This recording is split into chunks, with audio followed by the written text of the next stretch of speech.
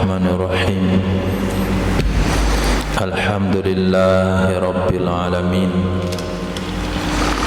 Wassalatu wassalamu ala Sayyidina Maulana Muhammadin wa ala alihi wa sahbihi ajma'in, amma ba'du. Rabbi yassir wa la tu'assir, Rabbi tamim bil khair. Rabbana shrah lana sudurana wa yassir lana umurana wa umural muslimin wa hlul 'uqdatam min lisanina yafqahu qawlana. Qala al-mu'allif rahimahullahu ta'ala wa adama nafa'a bi ulumi wa barakati wa madati wa karamati fid darini amin. Wa yudammu ribhu ilal asli, digabungkan keuntungan kepada modal, fil hauli dalam hitungan haul, illam yunallah jika tidak dijadikan mata uang ia keuntungan. Falawistara ardan bimi'atai dirhamin, maka jikalau membeli ia seseorang akan barang dagangan, aradan akan barang-barang, bimi'atai dirhamin dengan 200 dirham, fasarat qimatu fil hauli, maka jadilah nilai pasarannya barang di dalam haul, walaupun sebelum akhirnya haul, bilahzatin sekejap,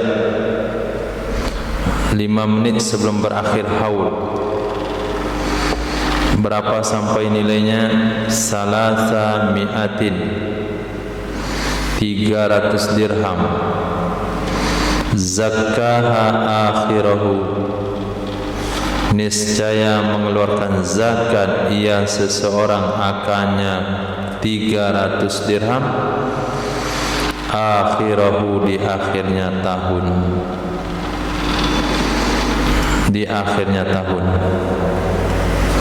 tidak innudda jika dijadikan mata uang ia keuntungan. Maksudnya saral kullu nadan, jadilah semuanya itu berbentuk mata uang, dirhamkah ataupun dinar, dari jenis ra'sil mal, dari jenis modal, alladhi huwa nisabun, yang dianya modal 1 nisab, wa amsakahu ila akhiril haul, dan menyimpan ia seseorang akannya ra'sul mal sampai akhir tahun. Awistara bihi aradan, atau membeli ia seseorang dengannya keuntungan akan barang lain sebelum sempurnanya haul.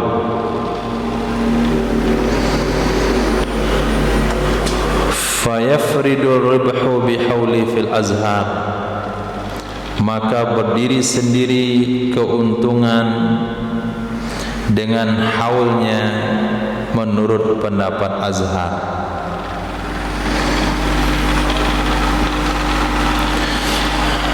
Jadi kalau redaksi ini kita bawa ke dalam kehidupan perdagangan kita di Indonesia, tidak cocok.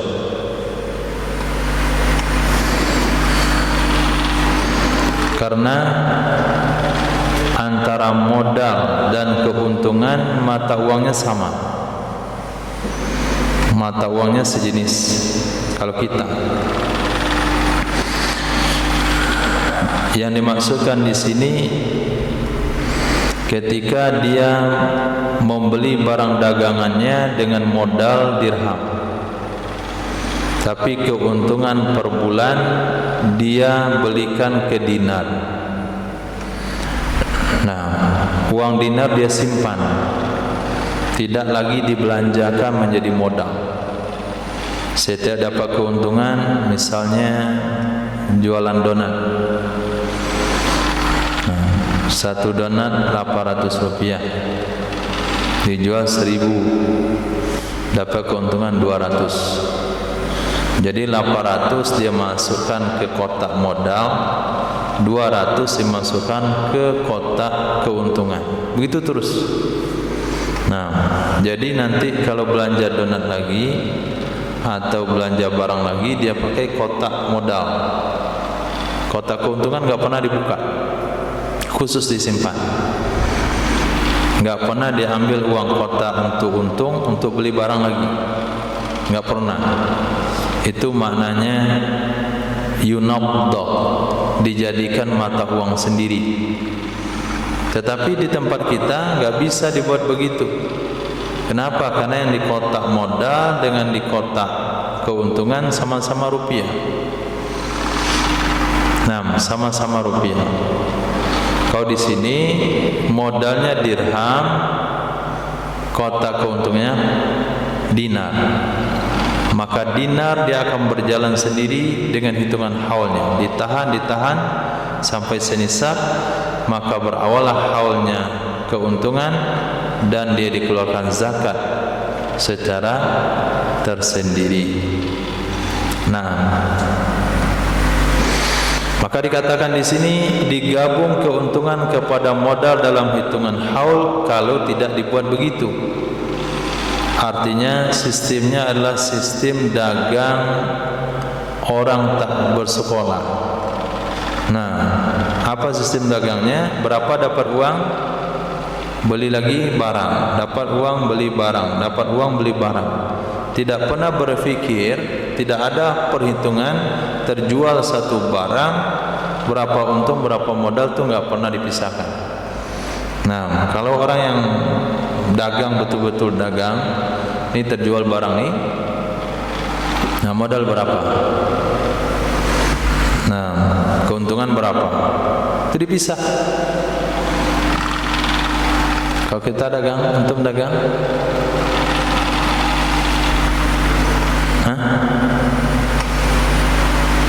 apalagi dagang di kedai-kedai depan rumah itu. Nah, itu modal pun jadi keuntungan.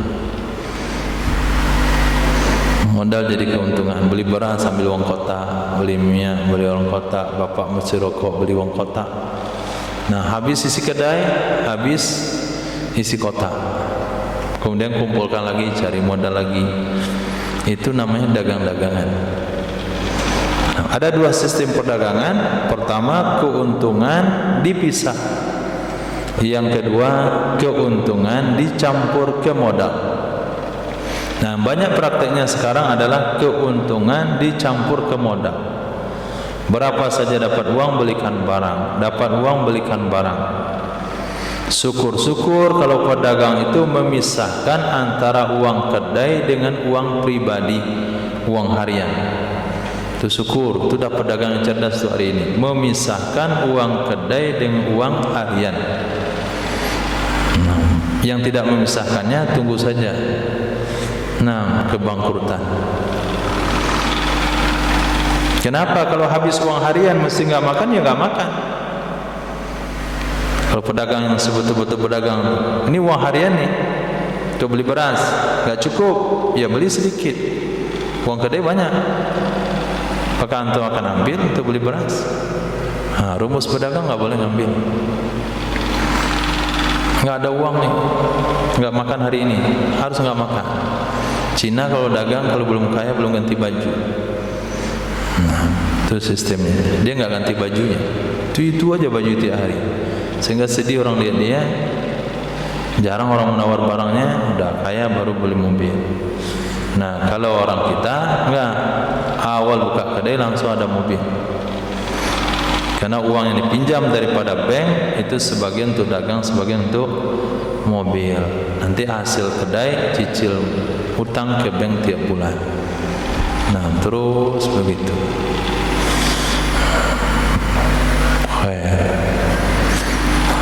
Mengerti nggak? Pernah dagang? Khair. Coba dagang kantin, nggak tahu untungnya tiap tahun berapa.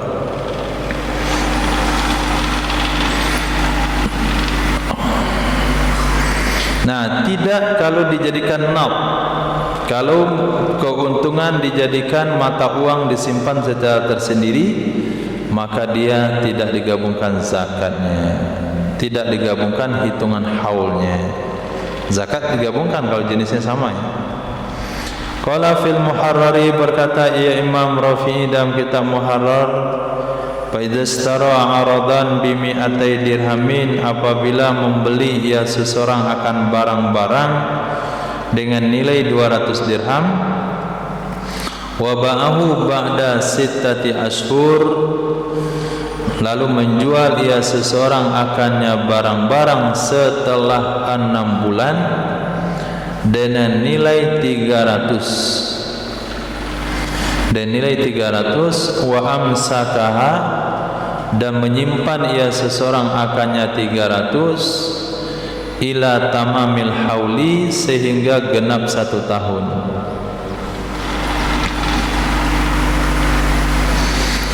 Awistaro biha aradan, atau membeli ia seseorang dengannya 300 akan barang, wa huwa yusawi salasa mi'atin fi akhiril haul, dan dianya barang menyamai nilai 300 di akhir tahun. Fa yukhrijuz zakata an mi'atain, maka mengeluarkan ia seorang akan zakat dari 200. Fa idza madat sittatu ashhur, apabila berlalu 6 bulan, akhraja anil mi'ah, dia keluarkan zakat dari 100. Ini contoh kasus bahasanya modal tidak digabung kepada keuntungan. Dia beli barang, nilai barangnya 200 dirham. Misalnya mobil, dia jual mobil, dia beli 1 buah mobil nilai 200 dirham. Setelah 6 bulan mobil diparkir di showroom, maka ada orang beli mobilnya, dibeli dengan harga 300 dirham, 200 modal, 100 keuntungan. Kemudian disimpan, genap setahun. Uang 300 tadi disimpan, nggak jadi dia, nggak didagangkan lagi, disimpan, genap setahun. Nah, yang genap setahun yang 200 dirham. Nah, maka 200 dirham ini keluarkan zakat dulu. Nah, setelah 6 bulan baru keluarkan zakat lagi yang 100 dirham. Apakah 100 dirham sampai nisab? Tidak sampai. Tapi nisabnya akan genap dengan 200 dirham yang tadi. Karena yang dihitung yang tidak digabungkan itu haulnya. Kalau nisab tetap gabung kalau jenisnya sama. Nisab tetap digabungkan kalau haulnya sama. Nah, tapi nisab akan digabung kalau jenisnya sama. Tapi haulnya saja yang dibedakan. Atau dia beli mobil dengan harga 200 dirham, dia simpan sampai setahun mobilnya nggak kejual. Nah, ketika di akhir tahun ditakarlah nilai mobil itu, ternyata nilainya sudah naik 300 dirham, maka dia wajib mengeluarkan zakat dari uang 200 dirham yang masih ada dalam mobil. Yang 100 dirham yang ada dalam mobil yang berupa keuntungan itu tidak wajib dikeluarkan zakatnya kecuali setelah 6 bulan ke depan. Nah, kalau bisa dipastikan nilai mobilnya naik setelah 6 bulan. Tapi kalau nilai mobil 200 dirham naik kepada 300 dirham itu sejak 9 bulan, setelah 9 bulan dagang, maka 9 bulan ke depan lagi wajib dikeluarkan zakatnya. Wasani, menurut pendapat yang kedua, yuzakkar ribhu bihaulil asli, dikeluarkan zakat keuntungan dengan hitungan haul modal. Dikeluarkan zakat keuntungan dengan hitungan haul modal. Titik. Walau kana nadul mabi'a bi min ghairi jinsi ra'sil mal fahuwa kabai'i ardin bi ardin fayudammu ribu ilal asli. Jikalau adalah nab mata uang al-mabi'u bi, yang dijual ia barang dengannya mata uang dari selain jenis ra'sil mal, dari selain jenis ra'sil mal, maka dianya nab mata uang itu sama dengan menjual sebahagian barang dagangan, sebahagian barang dengan sebagian barang, itu jual beli barter. Fayudammur ribuhu ilal asli, maka digabunglah keuntungan ke modal. Ternyata barang yang dia jual itu, ternyata barang yang dijual itu bukan dijual dengan jenis modal. Jenis modalnya dirham, tapi barangnya dijual pakai dinar. Nah, barangnya dijual, barangnya dibeli kemarin dengan modal dirham. Ketika transaksi penjualan dia gunakan uang dinar. Nah, kalau modelnya seperti itu, maka tidak ada bahasa keuntungan dipisahkan haulnya. Akan tetapi kasus itu disamakan dengan menjual barang dengan barang, maka keuntungan akan digabungkan ke modal. Sama dengan kasus yang kita baca tadi pagi, apabila seseorang pedagang kain menjual semua dagangannya dengan barang pecah belah, maka haulnya tidak terputus. Setelah dia dagang pecah belah 6 bulan, dia jual dengan perabotan selama setahun, dia wajib zakat. Jadi hitungan zakatnya tetap dihitung mulai daripada dagang kain, dagang pecah belah, dagang perabotan, itu tidak akan merubah hitungan haul. Nah, begitu juga kalau sekiranya dia modalnya dirham, lalu di dalam penjualan dia jual pakai dinar, maka dinar yang merupakan keuntungan, sebagian keuntungan yang berbentuk uang dinar, itu akan digabungkan zakatnya ke modal, tidak bisa berdiri sendiri. Kapan berdiri sendiri? Kalau dijual dengan harga, kalau dijual dengan mata uang modal. Mata uangnya, modalnya perak, dijual dengan perak. Modalnya dinar, dijual dengan dinar. Maka keuntungan dari penjualan akan berdiri sendiri. Nah, selama tidak dibelikan kembali ke barang. Tapi kalau dibelikan ke barang, masuklah dia barang dagangan. Tapi kalau dia berdiri sendiri, jadi keuntungan disimpan secara khusus, maka keuntungan akan dizakatkan berdiri sendiri dengan hitungan haulnya. Ini cara mudah lari dari zakat. Ya. Dia seorang pedagang, kalau yang misalkan lagi yang bentuk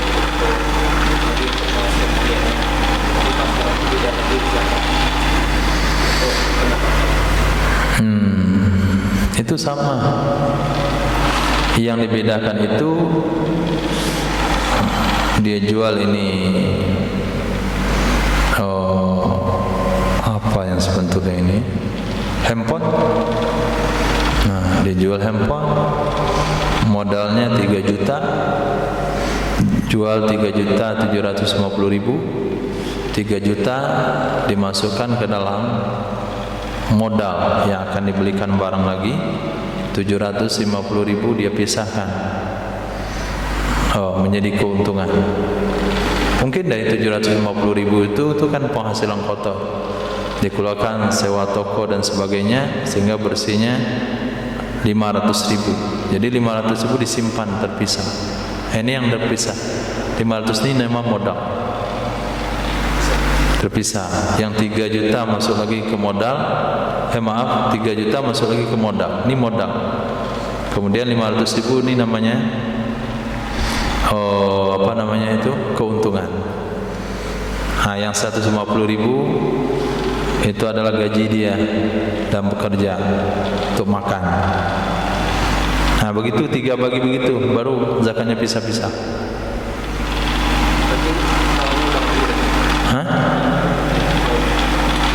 Nah, yang 500.000 ini besok dapat lagi 1 juta, dari 1,5. Itu kan nggak perlu dihitung haul tuh kalau belum sampai nisab. Ditumpuk menjadi 85 gram emas, maka berhitunglah haul baru bagi keuntungan. Nah, sementara isi kedai dengan modal yang modal tadi, maka hitungan haulnya sejak toko dibuka kemarin. Pasti lebih cepat pengeluaran zakatnya. Yang ini lebih lambat hitungan haulnya karena belum terkumpul. Bisa terkumpul sudah 6 bulan baru terkumpul 85 gram. Di sanalah hitungan haulnya setahun lagi baru zakat. Tapi kan masalahnya ribet mau bagi-bagi uang itu. Nah, kalau nggak mau ribet, langsung kotak saja. Apa yang dijual masuk kotak. Hari itu terjual sekian. Berapa untungnya? Wallahu a'lam. Berapa untungnya? Yang jelas 10% akan dikeluarkan untuk gaji pegawai dan sebagainya. Nah, kalau model itu berarti keuntungan digabung ke modal. Nah,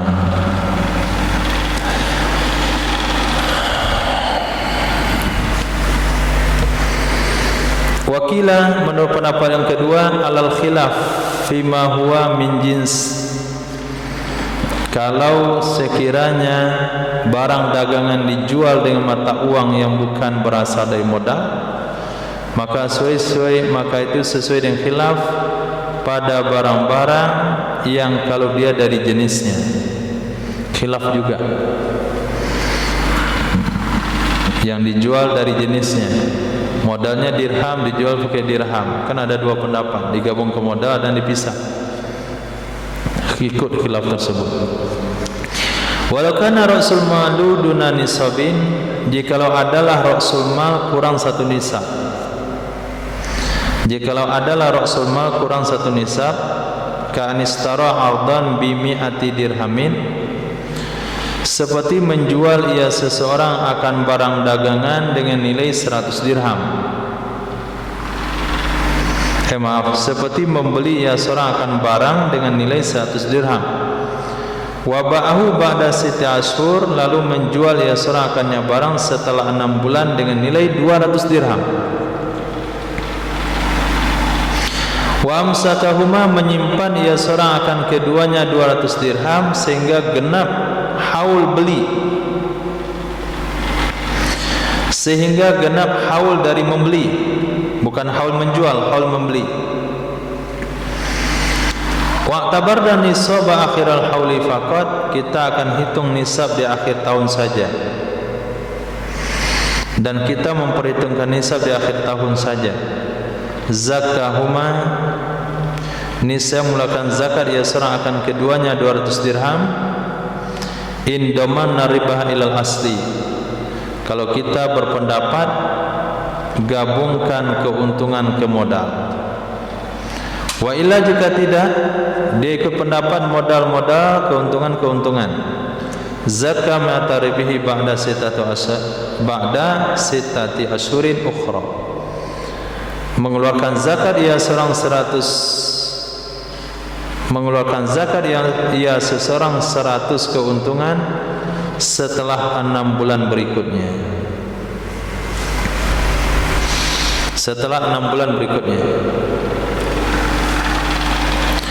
Jadi modalnya tidak sampai 1 nisab. Misalnya dirham 1 nisab 200. Dia punya modal hanya 100 dirham. Dia belilah barang-barang dengan nilai 100 dirham. Setelah barang itu ditahan sama 6 bulan, baru ada pembeli, maka dijuallah barang itu harganya 200 dirham. Naik nilai barangnya. Dan 200 dirham ini disimpan. Arti disimpan, tidak dibelikan ke barang lagi. Amsakahuma. Dia simpan 200 dirham itu sampai genap 1 tahun sejak pembelian. 1 tahun sejak pembelian. Kalau sejak keuntungan, kalau dari keuntungan baru 6 bulan. Nah, tapi kalau sejak membeli awal itu sudah 1 tahun. Lalu kita ambil pendapat nisab itu dihitung hanya di akhir tahun saja. Kemarin dalam perdagangan hitungan nisab dihitung di mana? Ada berapa kaum? 3. Yang kuat? Kedua? Ketiga? Sepanjang tahun. Nah, sekarang kita ambil pendapat yang kuat, dihitung nisab di akhir tahun saja. Maka orang tersebut wajib mengeluarkan zakat dari 200 dirham tersebut kalau dia ikut pendapat laba gabung ke modal. Kalau dia ikut pendapat laba digabungkan ke modal dalam hitungan haul. Genap 1 tahun sejak dia beli barang, keluarlah zakat 5 dirham dari 200. Jika tidak, dia ikut pendapat bahwasanya modal ikut haulnya, keuntungan jika ikut haulnya, maka dia wajib mengeluarkan zakat 1 tahun sejak membeli hanya untuk 100 dirham modal saja, yaitu dikeluarkan zakat 2,5 dirham. Setelah 6 bulan berikutnya keluarkan kembali 2,5 dirham untuk 100 dirham dari keuntungan. Kalau dia ikut pendapat modal keuntungan tidak digabung dalam hitungan haul. Wa ini tabarna nisaba fi jamil haul. Jika kita menghitung nisab itu harus sepanjang tahun, jika kita menghitung nisab harus di sepanjang tahun, pendapat yang ketiga, au fi tarafaihi atau 2 sudut tahun awal akhir, fabtida'u haulil jami' min hina ba', maka permulaan hitungan haul untuk semuanya, maka permulaan hitungan haul untuk semuanya, mana semuanya?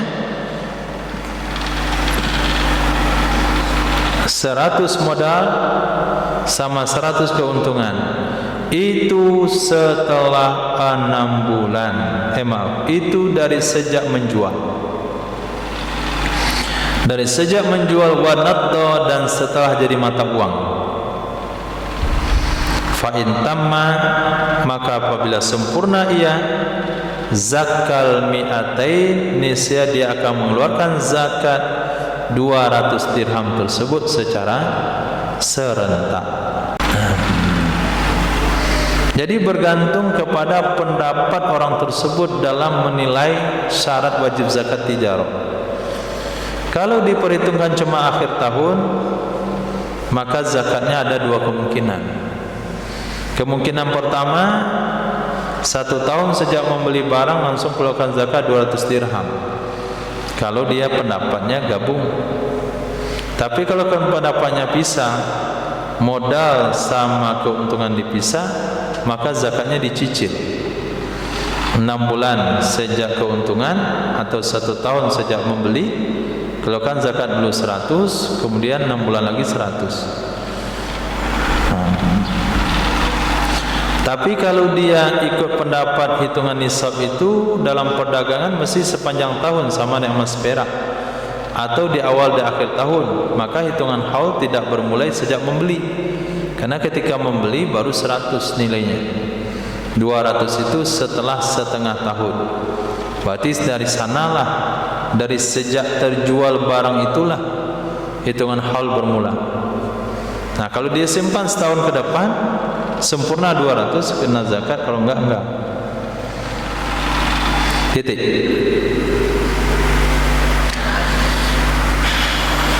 Sudah jelas? Ada enggak jelas?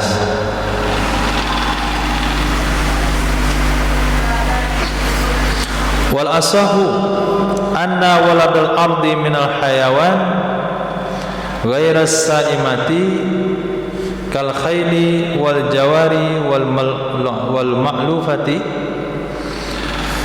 wa samarahu minal asjar malu tijaratin. Pendapat yang kuat, sesungguhnya anak dari barang, sesungguhnya anak dari barang, maksudnya dari hewan, selain yang digembalakan, seperti kuda. Nah, seperti anak kuda, dia dagang kuda, dia beli induk kuda 3, kemudian 6 bulan dibeli, keluar anaknya. Nah, anak itu statusnya apa? Keuntungan kah atau barang dagangan? Kemudian budak, dia pedagang budak wanita. Nah, di antara budak itu ada yang berzina, lahir anak. Di antara budak itu ada yang dikawinkan, lahir anak. Jadi budak wanita itu dikembangbiakkan dia dengan cara dinikahkan kepada budak yang lain, atau budak dan budak dia dinikahkan. Dia beli dia budak 5 budak laki-laki, 5 budak wanita. Kemudian diistibrok dia, sudah 2 bulan atau 1 bulan setengah, dikawinkanlah budak laki-laki dan budak perempuannya, dibawa rumah petak 5 juga, ada petak 5, itu budak diisi semua. Nah, tempat pertama lahir 1, tempat kedua lahir 2, tempat ketiga lahir 3, tempat keempat lahir 4. Tetap 1 sampai ada budak usia 7 tahun, 8 tahun, 9 tahun, itu budak-budaknya itu. Itu masuk yang digembalakan enggak?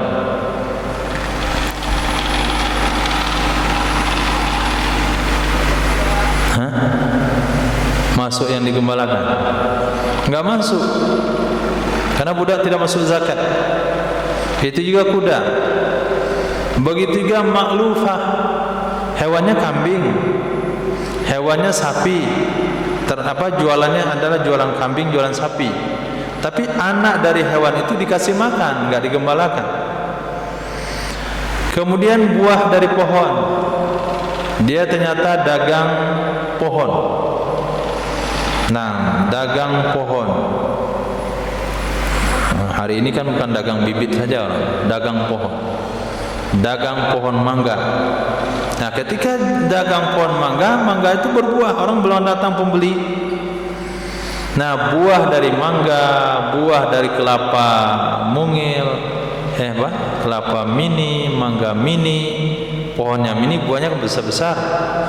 Nah, itu semua masuk kategori harta tijarah, bukan keuntungan. Kenapa?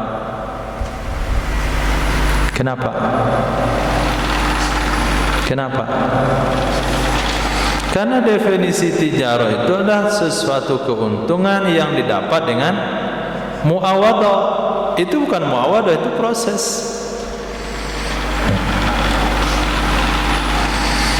Jadi kadang-kadang hari raya Kurban kan marah orang jual kambing dadakan. Di pinggir-pinggir jalan ada kandang-kandang kambing. Dijual kambingnya. Sisa 6 ekor kambing itu. Tetap aja dijual, kawin kambing dengan kambing. Beranak pinak sampai 40 ekor kambingnya.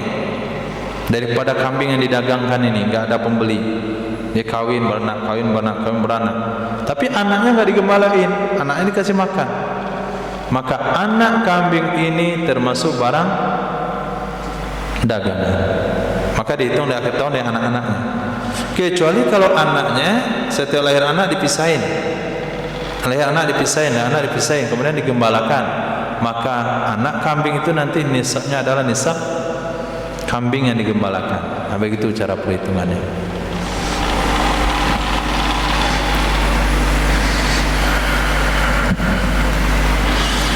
Wasani yaqulu lam yahsula bitijarah. Pendapat yang kedua mengatakan tidak hasil kedua-duanya dengan diperdagangkan. Kedua-dua kembali kepada anak dan buah. Tidak hasil kedua-duanya anak dan buah dengan tijarah. Artinya itu bukan barang dagangan, karena dia didapatkan bukan dengan berdagang.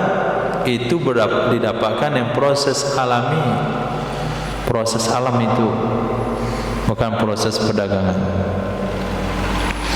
Wal asahu alal awwali, menurut pendapat yang kuat, kalau berdasarkan pendapat yang pertama. Mana pendapat pertama?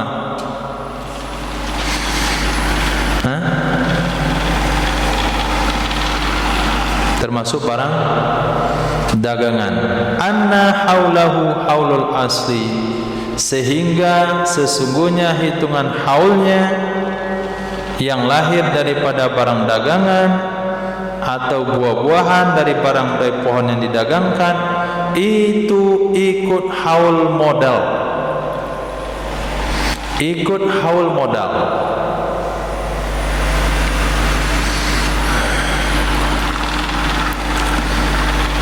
Watsani, menurut pendapat yang kedua, berdasarkan kaul pertama yang mengatakan itu adalah barang tijarah, bal yafridu bihaulin, akan tetapi berdiri sendiri ia yang dihasilkan, apakah itu anak atau buah, dengan haul sejak dari lahirnya anak dan sejak nampaknya buah. Jadi anak kuda dari kuda-kuda yang didagangkan, anak kuda itu memang masuk barang dagangan, tapi hitung haulnya enggak ikut hitungan haul induknya. Dia dihitung haulnya sejak dia lahir. Nah, kalau dia jual ayam buras, dia jual bibit ayam buras, tapi ada beberapa ayam enggak laku, akhirnya dia tahan sendiri ayamnya, dikasih makan. Tiba masa bertelur ayamnya, bertelurlah si ayam buras ini. Bertelur 2 lapis, 3 lapis, 4 lapis, 100 lapis. Nah, si telur ayam itu masuk barang dagangan atau tidak?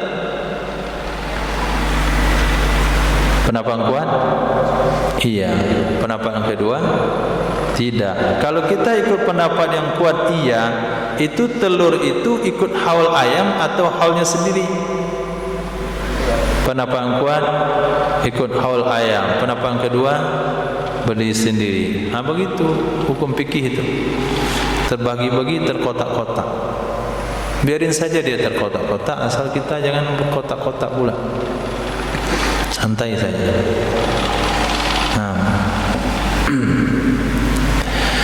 Wa in kunna al-waladu laysa malu tijarah, kalau kita pendapat anak bukan harta tijarah, kalau kita berpendapat anak bukan barang dagangan, buah-buahan yang dihasilkan dari pohon yang dijual bukan barang dagangan, pendapat yang kedua di atas, Wa naqasatil ummu bil wilada, kurang nilai induk dengan sebab melahirkan, niscaya ditutupi kekurangannya induk, ditutupi kekurangannya induk dari nilainya anak. Ini konsekuensi kalau kita ambil pendapat kedua. Buah memang tidak barang dagangan, telur tidak barang dagangan, anak bukan barang dagangan.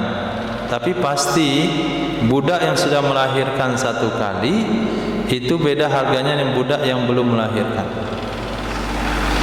Budak yang sudah melahirkan 3 kali beda dengan budak yang melahirkan 1 kali. Nah, kira-kira berapa kekurangan nilai budak gara-gara melahirkan anak? Berapa kurang nilai pohon dengan sebab sudah berbuah? Berapa kurang nilai ayam dengan sebab sudah menghasilkan telur? Kekurangan nilai itu akan ditutupi dengan harga si yang dihasilkan. Fafima idza kanat qimatu alfan, maka pada contoh apabila adalah nilainya induk itu 1000 dirham,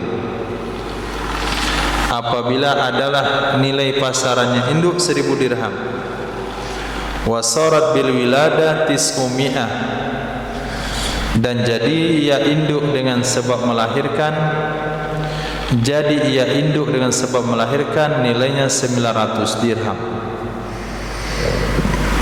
Wa qimatul waladi atau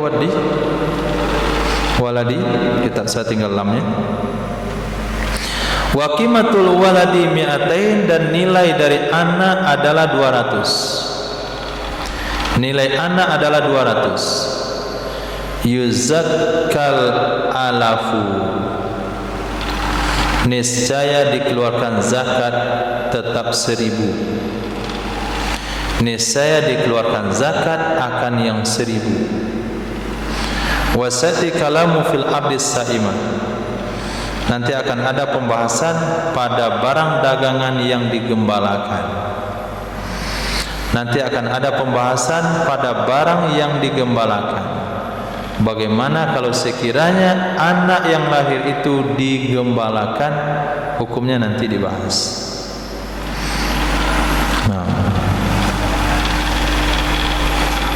Titik. Nah, itu gambaran-gambaran kejadian-kejadian dalam bab tijarah. Jadi pertama sudah dibahas tentang dalil zakat tijarah. Yang kedua dibahas tentang kejadian-kejadian yang ada dalam tijarah, aturan-aturannya, bagaimana cara menghitung haul, bagaimana cara menghitungkan modal, apakah modal dan keuntungan digabung atau dipisah dengan seluruh khilafiyahnya. Sekarang kita masuk poin ketiga, berapa kewajiban zakat dari tijarah. Wa wajibuha ay tijarati rubu'u usuril qimah. Yang wajibnya tijarah yang dikeluarkan untuk zakat adalah 1/4 dari 1/10 harga pasaran. Rubu' usur 1/40, 2,5% dari qimah harga pasar. Wa hazil ibarati akhsar wa awdah min qaulil muharrar. Ini redaksi Imam Nawawi lebih ringkas, lebih jelas daripada perkataan Imam Muharrar, yaitu Imam Rafi'i.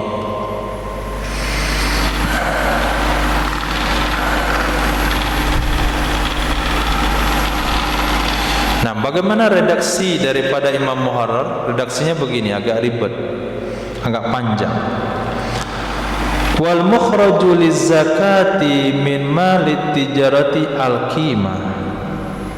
Yang dikeluarkan untuk zakat dari harta tijarah adalah qimahnya. Yang dikeluarkan untuk zakat dari harta tijarah adalah qimahnya, nilai pasarannya. Apa maksud nilai pasaran? an-naqdul ladzi tuqawwamu bih, mata uang yang dinilai ia barang dagangan dengannya mata uang. Bacanya tuqawwamu, jangan baca taqumu. Naqdil ladzi tuqawwamu bihi, mata uang yang dinilai ia barang dagangan dengannya mata uang. Wa taqaddama anna wajiban naqdi rubu'ul usri, telah terdahulu sesungguhnya yang wajib dari mata uang adalah 1/4 dari 10. Artinya, belum jelaskan? Artinya yang wajib dari barang dagangan juga sama 1/4 dari 1/10. Masih remang-remang kesimpulannya. Sudah sepanjang itu redaksinya, kesimpulannya belum jelas. Jadi berapa sih zakat tijarah?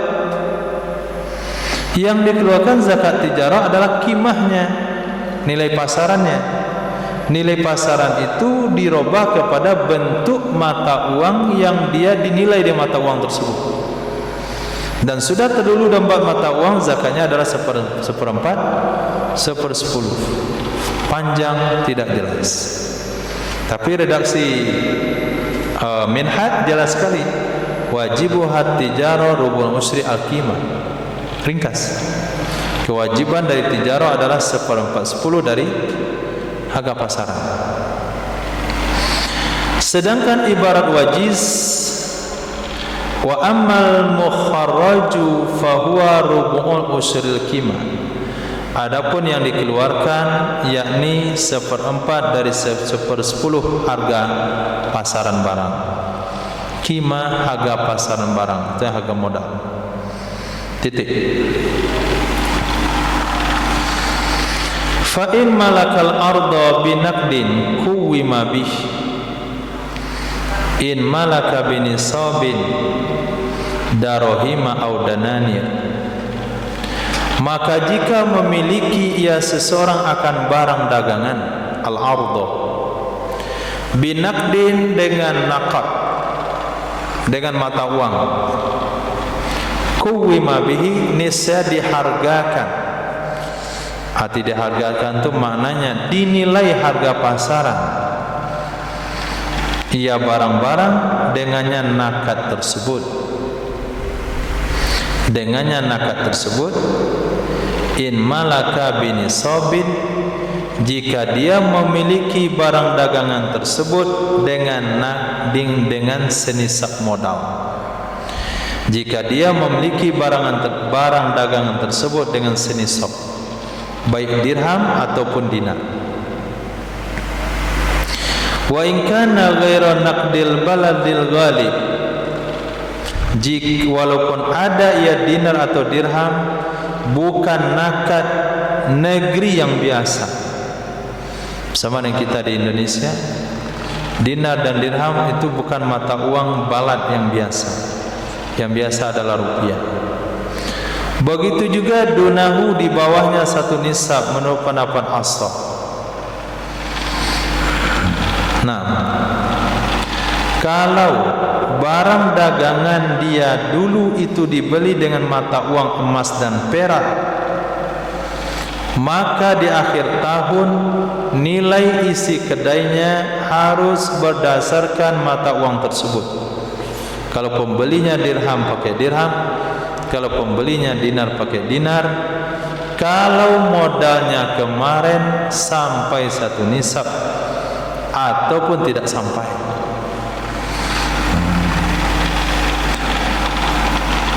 Wasani, menurut pendapat yang kedua, yuqawwamu bi ghalibi naqdil balad, dinilai ia barang-barang di kedai, dinilai ia barang-barang dagangan dengan yang dominan nakad balad. Mana yang sering orang gunakan di negeri tersebut, itulah nilai.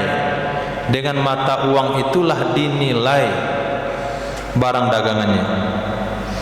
Illam yakun malikan li baqiyatin nisab min dzalikan naqdi, jika tidak ada ia seseorang itu memiliki bagi sisa nisab dari demikian nakad.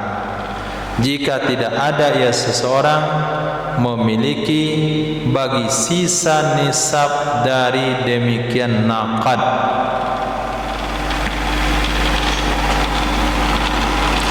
Artinya kalau setahun yang lalu dia membeli barang dagangannya dengan dirham, ternyata uangnya masih sisa berbentuk dirham.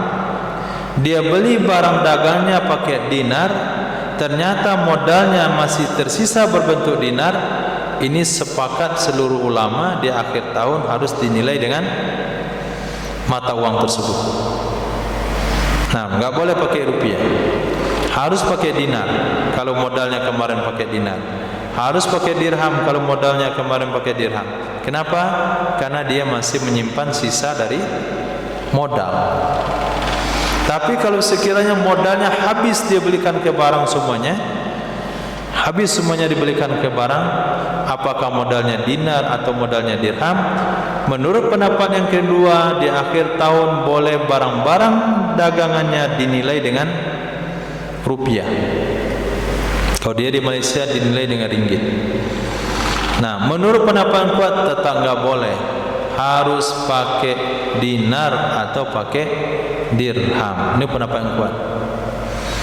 Nah, kalau kita dagang di Indonesia pasti modal kita pakai rupiah, lalu dinilai di akhir tahun pasti pakai rupiah. Itu udah jelas ya.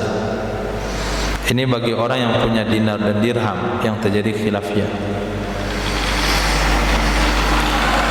Fa in kana kuwima bihi li bina'i hauli tijarah ala hauli, maka jika ada ia sisa naqad, fa in kana, maka jika ada ia sisa naqad, ternyata uang modal belum habis digunakan, masih tersisa berbentuk dinar atau dirham, kuwima bih, niscaya dinilai ia barang dagangan dengannya modal yang tersisa.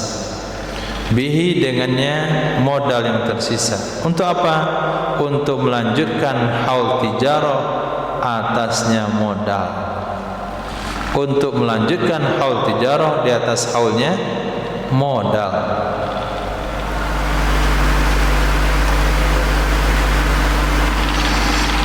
Sebagaimana pendapat pertama.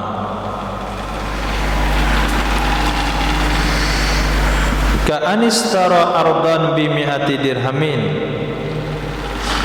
seperti dia memiliki barang, seperti dia membeli barang dagangan dengan 100 dirham dan dia masih memiliki 100 dirham lainnya.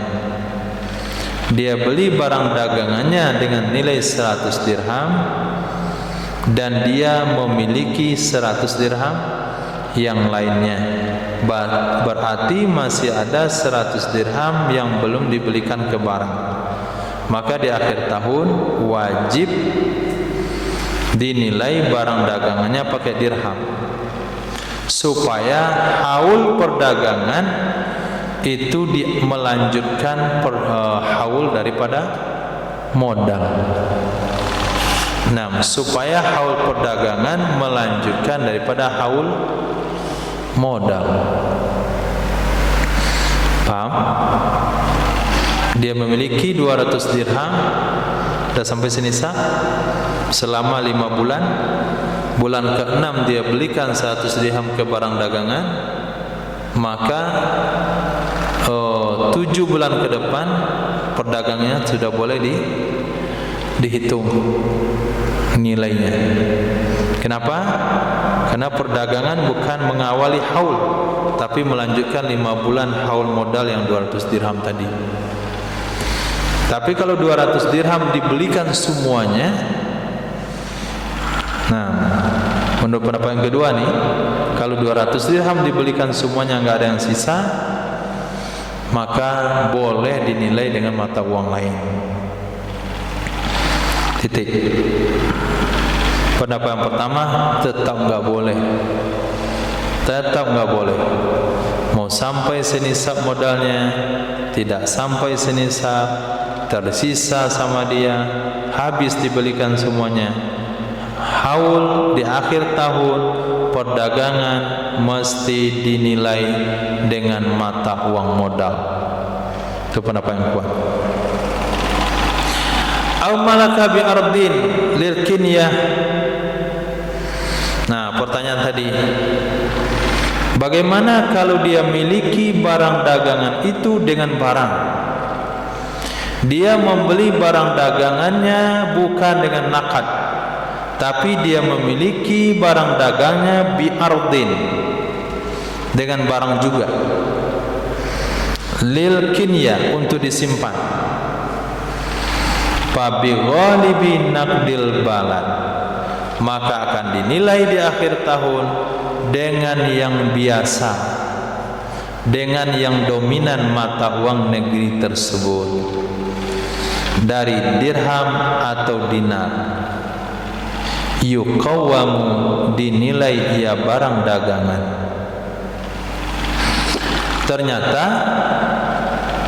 Ternyata modal dia beli barang dagangan setahun yang lalu bukan pakai mata uang, tapi pakai barang koleksinya. Nah, pakai barang koleksinya. Dia pergi ke pasar, dia serahkan satu buah mobil kesayangannya untuk mulai usaha dagang pakaian. Dapatlah dia pakaian. Nah, dimasukkan ke kedai, dibeli pakai mobil. Nah, di akhir tahun ini pakaian dihargakan pakai apa? Kalau hitung zakat nisabnya, dia kakak pakai mobil lagi?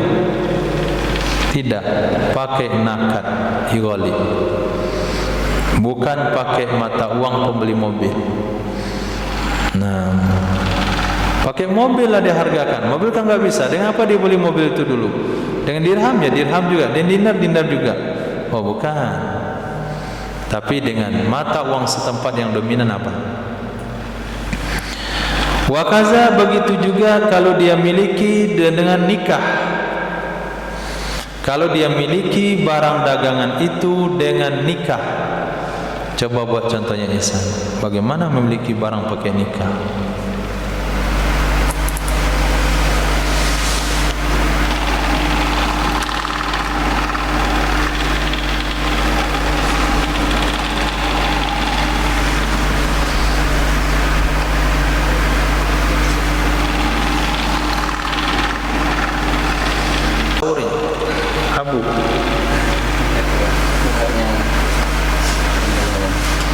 Mahar barang dagangan. Siapa pemilik di sini? Seorang wanita. Nah, seorang wanita memiliki barang dagangannya dengan nikah. Saya nikahkan putri saya kepada kamu dengan mahar kedai, sebuah kedai bersama isi-isinya. Nah, salah itu. Saya nikahkan putri saya kepada kamu dengan kedai kain kamu yang ada di Bandar Buan. Pak mertuanya tahu dia punya kedai banyak, jadikan mahar tu kedai yang terbesar. Nah, wanita laki-laki ini karena cinta sama istrinya, dia terima akad nikahnya dengan mahar kedai tersebut. Saya terima nikahnya putri bapak dengan mahar kedai tersebut. Nah, kedai tersebut sudah menjadi hak si istri, si wanita. Berarti dia dapatkan dengan jalan nikah. Nah, maka ketika akhir tahun dia menghitung zakat kedai itu, maka awal tahunnya diawali daripada qabiltu nikahaha, bi mahrin musamma. Sejak itu hitunglah hitungan haulnya. Tepat pada tanggal dia nikah, bukan hanya ulang tahun nikah dia, tapi juga menghitung nisab kedai. Bingung si istrinya, pakai apa saya hitung isi kedai saya, sementara saya dapatkan dengan mahar? Apakah saya hitung dengan mahar wanita? Tentu dengan mata uang yang sering digunakan, atau didapatkan dengan cara khulu'. Siapa pemilik di sini? Suami. Nah, Seorang wanita tidak ada alasan untuk menggugat cerai sama suaminya karena suaminya menunaikan haknya zahir dan batin. Tapi wanita ini sama sekali tidak lagi mencintai suaminya, sama sekali nggak suka dia sama suaminya. Pokoknya kalau ketemu sama suami itu saya kayak bergabung dia sama monyet. Nah, melihat suami itu kayak melihat musuhnya. Tapi suaminya taat dalam artian menunaikan hak kewajibannya zahir batin, sehingga nggak ada hak gugat. Maka satu-satu caranya adalah dengan khulu. Ceraikan saya bayar kamu. Kata suaminya, berapa kamu sama bayar? Apa yang mau kamu minta dari saya? Saya minta kedai yang ada di pasar raya, kedai bata itu untuk saya. Oh, bolehlah katanya. Nah, akhirnya terjadi khulu. Maka kedai sepatu bata yang depan masjid itu sudah berpindah tangan daripada nyonya kepada suami. Setahun depan, maka sepatu-sepatu yang di sana dinilai dengan harga rupiah, bukan dengan harga wanita. Titik. Fa'in ghalaba naqdani, kalau sekiranya dominan dua mata uang. Ternyata dia tinggal di perbatasan Malaysia, sehingga mata uang di situ ringgit boleh, rupiah boleh. Kedua-duanya dominan. Alat tasawi, di atas nilai yang sama, di atas dominan yang sama. Wa balagha bi ahadihima dunal akhar nisaban. Lalu sampai ia nilai dengan salah satu keduanya dua mata uang, tidak dengan yang lain, nisaban ke nisab. La kuwima bih, sungguh dinilai ia kedai dengannya mata uang yang bisa sampai senisab. Sungguh dinilai ia dengan mata uang yang sampai senisab. Kalau dinilai ternyata di negeri itu berlaku dinar dirham secara sama, nggak ada satupun yang mengalahkan yang lain. Kedua-duanya dominan, kedua-duanya sering orang pakai. Sama dengan kita membayar makanan dengan uang 50.000 sama uang 100.000, nggak ada perbedaan. Ternyata kalau dihitung pakai dirham, nilai kedainya hanya 198 dirham. Kalau dihitung nilai kedainya hanya 198 dirham. Tapi kalau dinilai pakai dinar cukup 20 dinar. Maka nilai kedai harus dinilai pakai dinar. Mana mata uang yang menyampaikan ke nisab? Begitu. Mana mata uang yang bisa menyampaikan ke nisab? Kalau pakai dinar ternyata hanya 19,5 dinar. Tapi kalau pakai dirham bisa 201 dirham. Maka harus dinilai pakai dirham. Fa'in balagha nisaban bihima, jika sampai ia harga barang senisab dengan kedua mata uang, jika sampai ia barang senisab dengan kedua mata uang, pakai dinar sampai senisab, pakai dirham sampai senisab, kuwima bil anfa' lil fuqara, niscaya dinilai ia kedai dengan yang lebih menguntungkan bagi fakir. Wakilah pendapat yang kedua, yatakhayyarul malik, boleh memilih oleh si pemilik, payukawwamu bima sya'a minhuma, maka dinilai ia kedai, dinilai ia barang dagangan dengan sesuatu yang mengkehendaki ia pemilik dari keduanya dua mata uang. Wasahahu mentasai ya Imam Nawawi akannya pendapat dan kita As-Raudhah karena mengutip linaqlir Rafi'i, karena kutipan Imam Rafi'i tashihahu, mentashihnya pendapat yang kedua dari ulama Irak dan daripada Imam Ruyani, dan mentashih pendapat yang pertama dari hasil pendapat yang diinginkan oleh Imam Haramain dan Imam Baghawi. Wa abbara anhu, mengibarakan ia musannaf darinya dalam kitab Muharrar bi aulal wajhain, dengan yang terkuat dari dua wajah. Jadi dalam Muharrar itu pendapat dianggap murid yang punya pendapat, sehingga dikatakan aulal wajhain.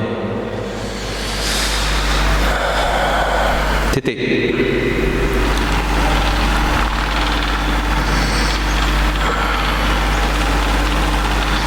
Wa in malaka binaqdin,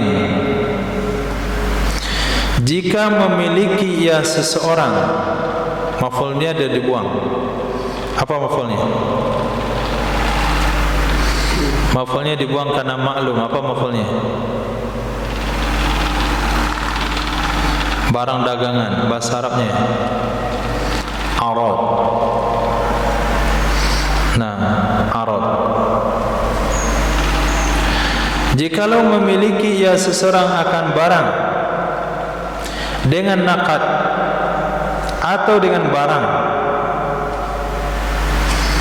kuwima ma qabalan naqdabi wal baqiya bil ghalib.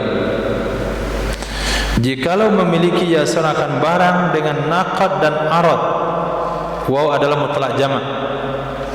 Jadi di antara modal-modal, di antara barang-barang yang dijual di kedainya itu, ada yang dibeli pakai mata uang, ada yang dibeli dengan barter. Niscaya dinilai kuwima ma qablan naqdabi, niscaya dinilai sesuatu yang mengimbangi nakad dengan nakad, kemudian sisanya dengan ghalib, dengan mata uang yang ghalib.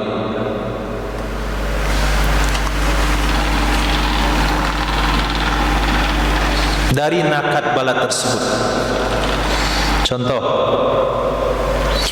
dia jualan pekakas rumah tangga atau perlengkapan rumah tangga yang elektronik, kipas angin, blender dan sebagainya. Kemudian dari barang-barang tersebut ada yang dibeli pakai dirham. Kemudian dari barang tersebut ada yang dia beli pakai mobil. Nah, ada barang dibeli pakai mobil, ada barang dibeli pakai dirham.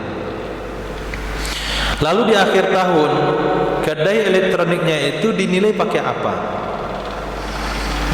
Menurut pendapat yang kuat, pertama dinilai dulu pakai naqad.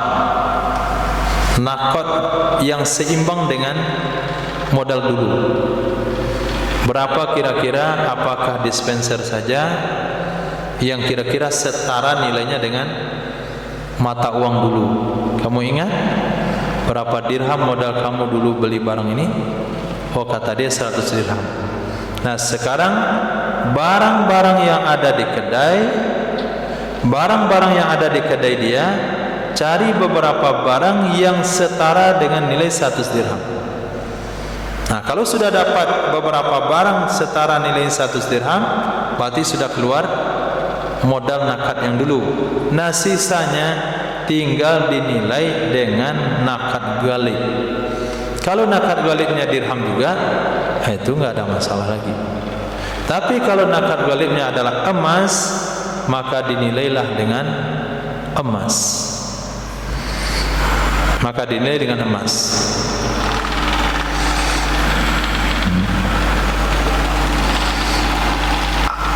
Kenapa aturan itu dibuat?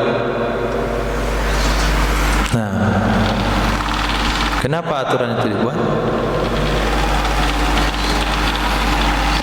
Karena kalau sempat berbeda nakad modal dengan nakad ghalib, maka akan terjadi pemisah nisab.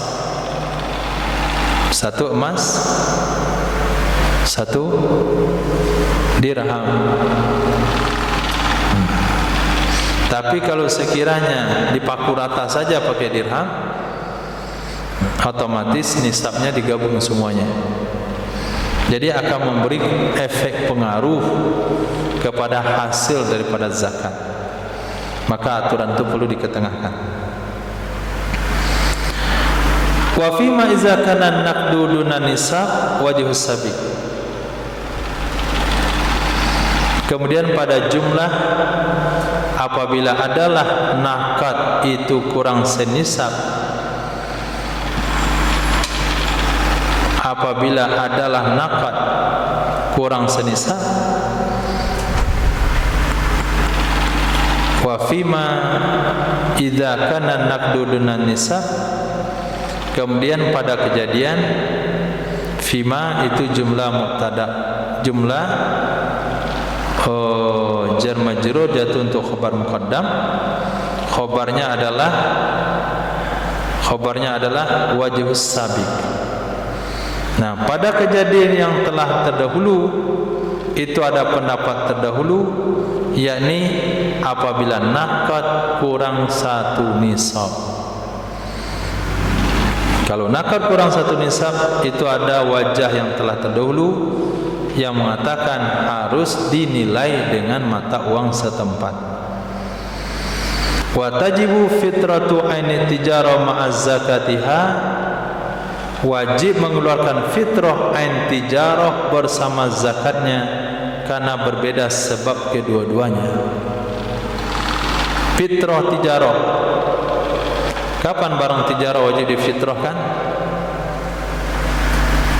Kapan barang tijarah wajib difitrahkan? Ketika dagangnya budak. Nah, dia dagang budak, pas pula akhir tahun dia di bulan Syawal, akhir tahun perhitungan nisabnya di bulan Syawal. Nah, maka tertuju kepada pemilik budak tersebut, pedagang budak tersebut, 2 kewajiban. Pertama zakat tijarah, yang kedua zakat fitrah dari budak itu. Bukan berarti kalau budak itu sudah didagangkan lalu kena zakat mal, lalu zakat fitrah tidak ditanggung, tetap ditanggung. Nah, tetap ditanggung zakat fitrahnya. Kenapa? Karena 2 zakat itu tidak saling memenuhi, karena berbeda sebab kedua-duanya. Titik. Nah, walau kanal ardu saimatan, itu pembahasan lain lagi yang beliau katakan tadi, sayati bayanuha wa satil kalanu fil ardis saim. Nanti akan ada pembahasan tentang barang dagangannya adalah barang yang digembalakan. Bagaimana cara zakatnya? Dia pedagang kambing, tapi kambingnya digembalakan.